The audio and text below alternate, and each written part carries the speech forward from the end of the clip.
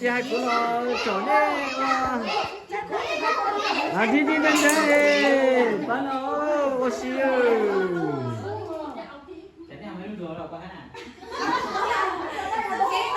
hả nó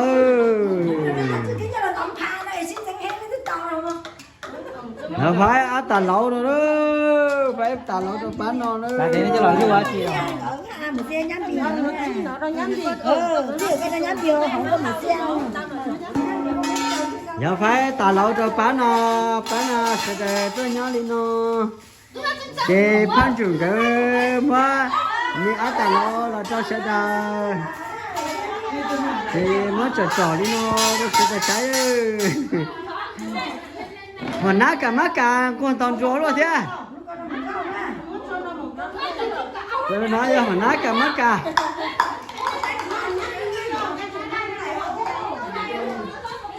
mà nát cả mắt cả nó con toàn chó nữa nên toàn chó pha nó mà nát cả mắt cả nó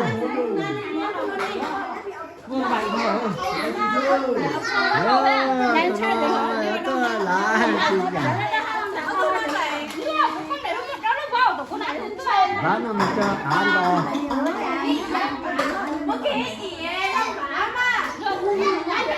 là gì thế bán này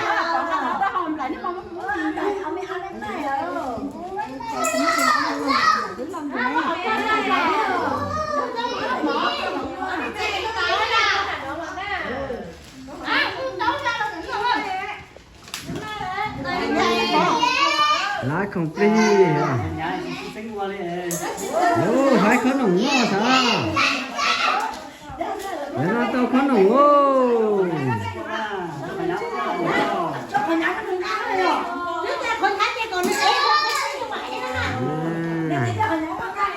nó khó nồng nó phải khó nồng đó bán nó rồi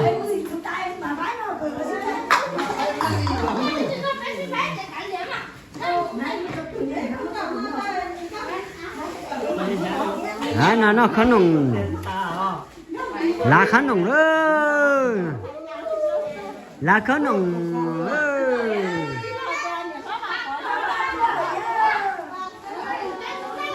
là gì cơ bà nó mong tao xía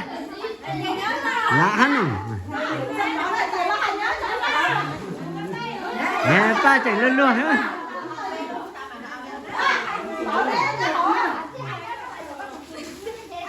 yeah. Yeah, chào ba, tụi nó giờ ba, để chỉ tất cả một điều bộ, tụi nó giờ bảo, lên đi nhà bảo nó gì, là tao bảo tao nó đi nhớ thì có, à thì nhà ba, là gì tao ba tao nó đi nhớ thì.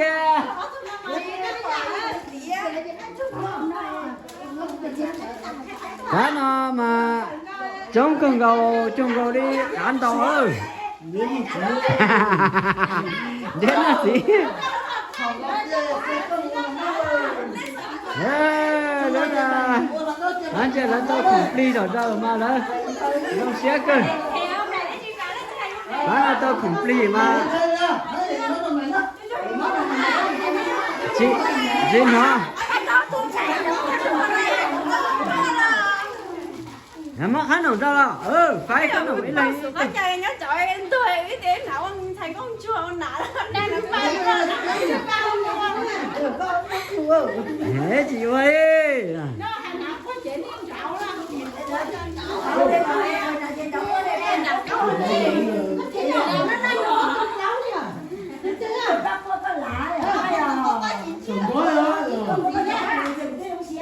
lá complete nhớ trong tàu chị cho ăn là nó món tháo nó cho con ăn chúng đầu thì chỉ cho nó mỏ đấy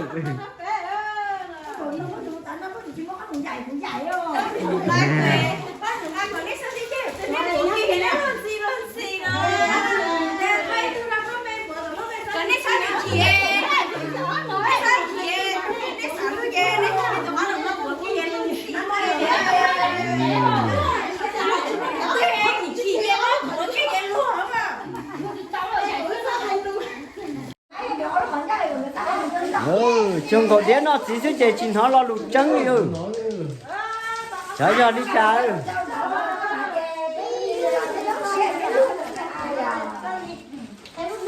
nó giờ vâng chủ phải khởi nồng cho bán nó cậu còn đâu chỉ thao khủng nó đĩa tên là chỉ đĩa tao chỉ nó chỉ đĩa chỉ bíp bla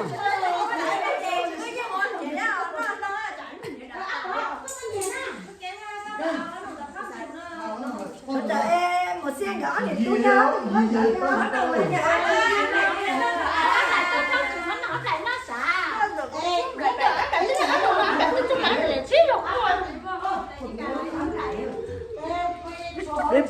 bíp bla mà chờ đâu sẽ được tao sai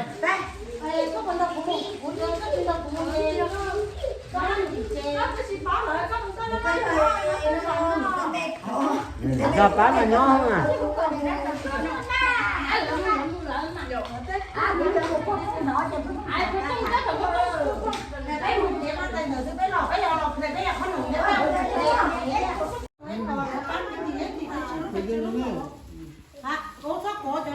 nhớ chỉ nhớ xí không cái mà lấy ô đâu có nó xí hồ đâu bé luôn không ô đến nó xí đâu bé sai à là ô bíp bla thì bé mặn chia là ô đi có hai thành kinh à còn là xí dây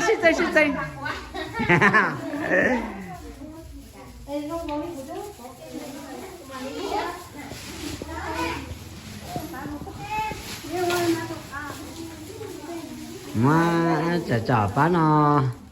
cho khổng lồ bỏ bớt luôn ơi nhỏ khó lo to chỉ thâu khó nồng lo bú rồi lấy nó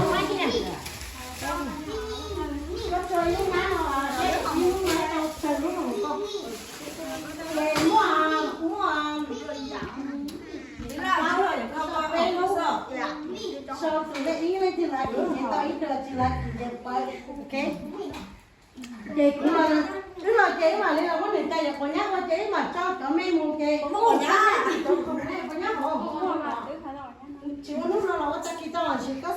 ta chỉ không qua nó nhỏ in nu chứ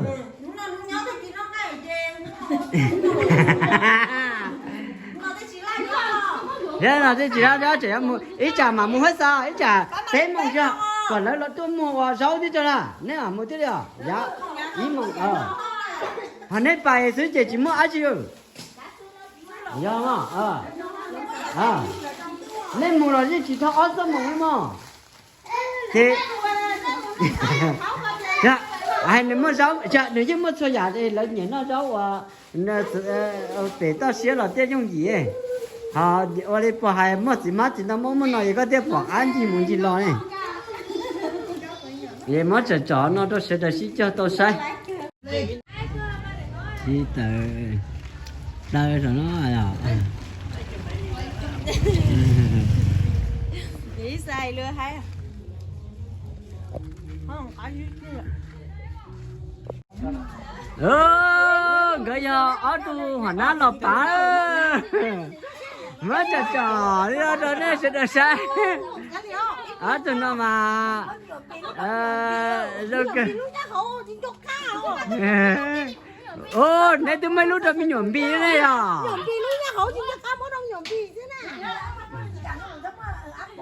nhà lúc đó bảo luôn bì